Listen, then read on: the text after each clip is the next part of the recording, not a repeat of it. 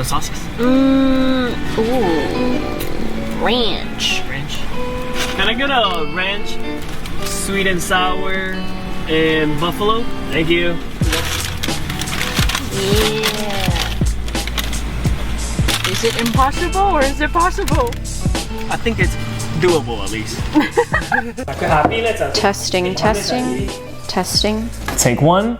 Welcome back to SEK FAHN. If you guys are new here, this is a series that Wall and I do on our channel. First off, just want to say sorry, it's been a while. It's been a very long time. You know, we kind of like fell off of it and we kept thinking like, we'll do it next week, we'll do it next week. And then comes past like 3 weeks, we're like, it's kind of a long time ago. Yeah. So, it's been like about a month or two now, maybe even more, but we're back. Hopefully trying to bring it back because we know a lot of you guys like this series. So we basically eat food while we talk about a certain topic, and this topic we have been asked so many times, and it is the topic of intimacy. If you guys are new here, Wall and I, we've been dating for going on 8 years in September. 8 years? Which is crazy. That is going to high school twice. That's a long time. What a waste of time. I know, such a waste of time, all these 8 years, just like missing out on my prime when I could be with Jason Statham or The Rock or I my could Trey be with Jason songs. Statham and The Rock. Today, we are so excited because we are eating the Impossible Burger. From Burger King. We've tried the Impossible Burgers before, but not the Impossible Whopper. It is basically a plant-based patty. For my vegetarians out there, they finally got some for us at the fast food places. So I'm really excited to try this because I love the Impossible Burger. I love Burger King burgers. Hold up, compared to my head. This is huge. But it looks so dry. Oh, okay. Well, mine is moist. Yeah? Mine is... No, like the corners. Oh, like, yeah. It looks pretty. Let me try the patty itself. The presentation is not there. The patty's good. It has like that charred flavor. Yeah. So I'm taking out my pickles. Don't hate on me. Yes, I don't like pickles. I'm one of those people. Put it right here. All right. That's about to be it. Here you go. Right there. One more? There's 4 slices. Give him more. Okay, so I guess we'll just jump right into the video. These videos are meant to just be very casual, where we just kind of like talk to you guys, talk to each other. So the topic of intimacy. So I get this question a lot, or we both get this question a lot, and people ask us, how do we keep things spicy after 8 years of obviously seeing the same person? And the answer is buffalo sauce. That's how you keep it spicy. I guess this is kind of a long answer. So this whole video, we're gonna kind of give you guys our insight on the topic. Starting with, I took notes, hold on. There's so many things I want to talk about, so let me. I think starting with maybe different like stages. the different stages. And, Okay. Now remember. You wanna go? Different stages. I feel like in the beginning, it's always like, you're getting all the butterflies, so obviously like All the intimacy. sex. All the sex. All the sex in the You're beginning. always trying to have sex. Just like you two are like rabbits. All you do is have sex. Because like, you know, it's somebody new in your life. Very attractive to What are you it. trying to say right now? I mean, don't you get it by now? But you know, it's very fresh. I find the person so sexy. Just everything about him is like flawless. Like a mystery. Yeah. Not really a mystery. Well, I guess, yeah, like a mystery. And then you go down the road, it's been a few years. Starting to like a little bit, you know, you're getting a little bit used to it. But still there, you still love each other, you still finding each other like very attractive. You have relationships like us, where like we've been together for 8 years. At 8 years, you've been doing the same shit all 8 years. You know, it's nothing new now. Ain't nothing you ain't never seen before, you know? You know, you've seen like every single crack that has not ever seen the sunlight itself, but you've seen it, you know? So it's like, you gotta do things to keep it up, you know? Because like most relationships, they don't last after say like 5 years or 6 years or whatever it may be. That's because, you know, you're getting used to it. You're not really changing much. You're not communicating that with each other. You're just both thinking about it like, oh, they're not that attractive, you know, I miss when they used to be like that, but I ain't gonna say because that might hurt their feelings, you know? But it doesn't have to hurt their feelings. Right. And you really have to communicate with each other in the right way with the right words for it not to be bad. And I think it's healthy to be able to have that kind of like open conversation with your partner. It's crazy because Wah and I, we've always been very transparent, very open with each other, like ever since the beginning. I did not know this until I started meeting other people and talking to them about their relationships. And that's when I realized that a lot of couples aren't on the comfort level that we're on. You know, like we can tell each other straight up, like if our sex life feels dry or like if it feels like it's not happening as often, we would just go up to each other and be like, oh, what's wrong? You know? So I think having that transparency with each other and be comfortable with each other. You know, a lot of couples have been together for a very long time, but they really haven't gotten comfortable with each other. For me and Weylie, we grew up in families where we were kind of like just roast each other. With the same mindset, we kind of bring it to our relationship and just be raw. Like, yo, your booty looking a little long this month, you know, like you better. I know you had a long ass week. Yeah, he hasn't actually said, you seem like a mean ass boyfriend from this video. We did not script this or plan this at all, we're just rolling with it. All jokes aside, like if I was feeling like he's lacking in some, okay, perfect example. When we first started dating, he was going to the gym like religiously. You would go to the gym. Well, like every day after work, you would go to the gym and you would work like, you know, you had a full-time job. Maybe like 5 times. Okay. The first time we had sex, I remember thinking, holy shit, because his abs were so defined, his V-cut thing. I was like, ooh, I'm lacking a little bit over here. And then, you know, 5 years down the road, the V-cut is a no-cut, no more, it's gone. So then one day, the 6-pack became a single person 1-pack. Family pack, it became the family pack. So, you know, and then at that point, like clearly I'm thinking it, like, and I'm sure because over the years my body has changed too. I ain't working now. I mean, I'm starting to, but you know, I let myself go too. And I'm sure over the years we were both kind of thinking it in our heads, but it was still like we loved each other. So it's like, let's put aside all that, the outer appearance stuff, you know, it's like the connection is still there. But then I think in a long-term relationship, as much as that's important to love and accept the other person for however they are and however their body changes, if you reach a point where you are feeling like, oh, you know, it'd be nice if like you kept it up a bit, or like maybe it'd be nice if you had your makeup on, or like you have a sexy outfit on when we're about to like, you know, get down and dirty. That should be something that's communicated, and it shouldn't be something that, oh, I cannot say that to my partner. They'll be so upset. And if they do, you just gotta find the right words to say it too. Like you can't obviously say it in a mean way. We're like, like the example that I just gave earlier, you know? Like obviously I didn't say it like that. For example, how would I say it? If in my head it's like, damn, your ass hella long right now. Wait, man, have you ever actually felt that way before? Yeah, remember I told you. You were like, no, and then you started working out. Remember that? It was like a while ago. Automatically, that's like an attack. I wouldn't like it if out of nowhere she was like, why don't you start working out? You look like a fucking grasshopper. You know? I'm like, yo, like why you attacking me out of nowhere, you know? So instead, it's like, hey babe, can we have a talk? You know, I've noticed that like lately our sex drive or maybe sex life hasn't been like, you know, the best. And maybe it could be that like, you know, naturally men, we like, or men like me, likes the booty. And if it ain't there, you know, I feel like if it keeps going down the line, it may affect our relationship even worse later on. So like, can we have a little talk about that? You look great, and I think you have the ability to take your booty where I want it to be. So start working out. So to add to that, I feel like it shouldn't just be for your partner either. Because like for me, I would say I've always had a larger booty, but then it shrunk, you know, over the years. You say bye-bye. You say bye-bye. Peace out. If you look back to any of my high school photos, Weylie had a booty. Well,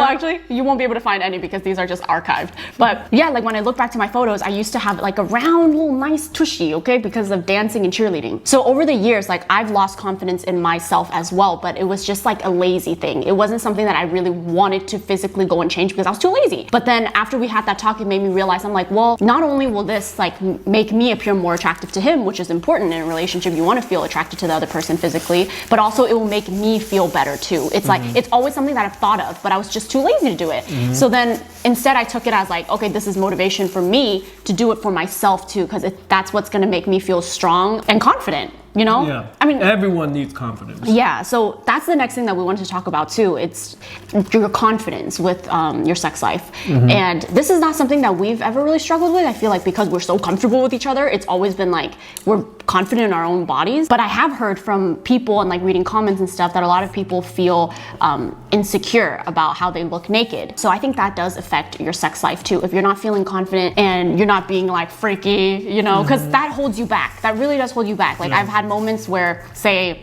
I'm like, I ate too much or something, and I'm feeling just like super bloated, and then we're trying to like have sex, and it just doesn't make me feel good about myself. So I understand that. Yeah, I think it's important for you to know, like, you know, like you're a boss ass bitch, like you look good, and you need to own that. Bring that type of like hot, sexy energy that you see on the movies, like J-Lo, you know, and you also, bring that if in. it helps, like really work out, like whatever you feel like you're not 100% happy with.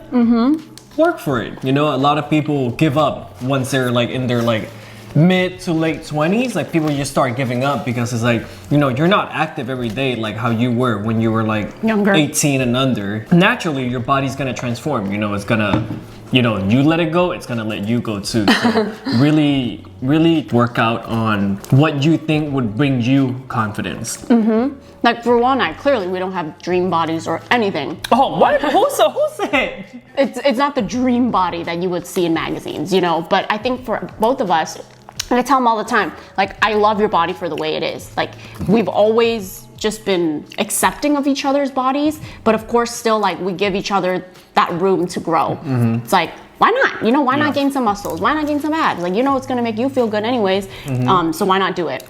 But yeah, back to what I was saying about just having that self-confidence in yourself when you have like sex with your partner. I think that plays a huge role, because when you're shy and you're like hiding away and you're not honestly like being as freaky as you really are in the, you know, deep inside, that is what makes like sex kind of dull sometimes. I personally think like you have to be like a little freak in the mind sometimes. You know, you have to think nasty to really try to bring that side out of you, and just feeling confident. Like, this is my body, this is what I'm bringing to the table or the bed. That's another thing that's helpful. Like, I always try to remind myself, like, if ever I do feel insecure in bed, it's like, no, like, this is who you are, and just own it, you know? Or maybe like you don't know what to do, you know, maybe you don't know exactly how you can feel confident. Then I would say maybe, for example, if you've seen a movie, like a sex scene or like a sexy scene, and you think, damn, that's hot, you know, how can I implement that into my mood when I am about to get freaky, you know? It's like how can I be J-Lo? Exactly. You would maybe need a picture first, like an example, and then work on it yourself. Whether it'll be, this sounds stupid and all, but like whether you'll be in the mirror looking at yourself like, damn, does this look good?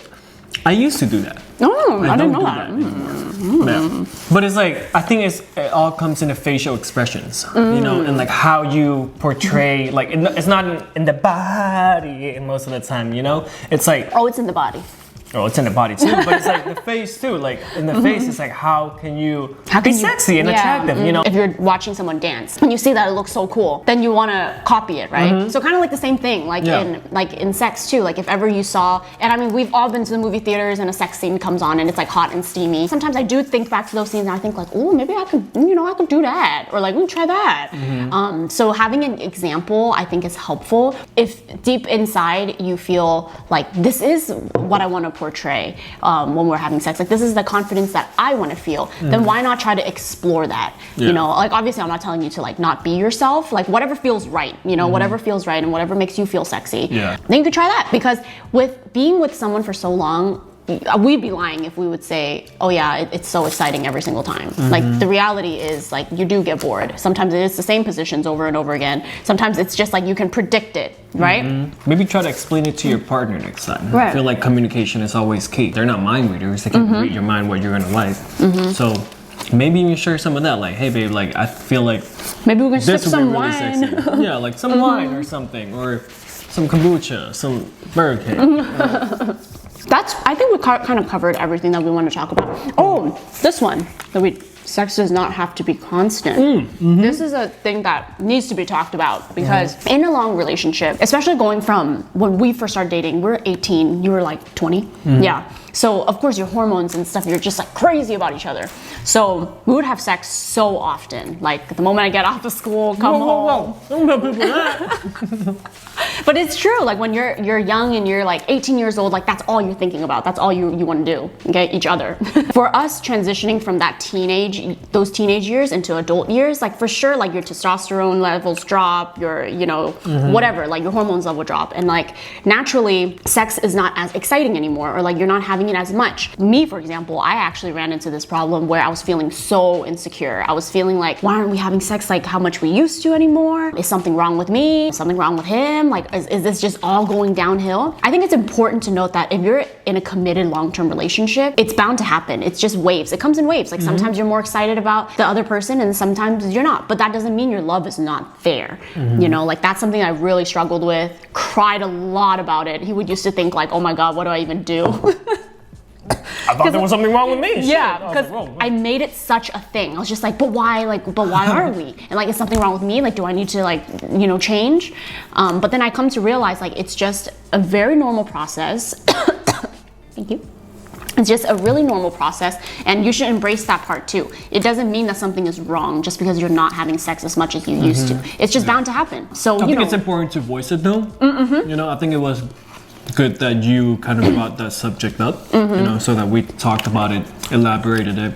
Because I feel like sometimes when you're caught up in things in life, you're just not in the mood, you know, like maybe you have a lot of work, maybe you have family problems going on, whatever it may be, you know, you're just not in the mood for a long time period. Long period of time? I mean, long period of time. I was like, wait, that didn't sound right. Yeah, I think it was really important that you brought that subject up. Had you not, it probably be a silent thing where we both don't talk about, and we just gets worse and worse. Like it just becomes a new normal. It just becomes normal not to have, you know, intimacy. And I feel like in every relationship, or at least every long-term relationship, intimacy is very important. That's how you connect other than just talking. You know, there's just like, it's proven, you know, like it's just like how us mammals, we like touch, you know, we like companionship. So yeah, I think it's very important to communicate. That would have to be like our biggest thing.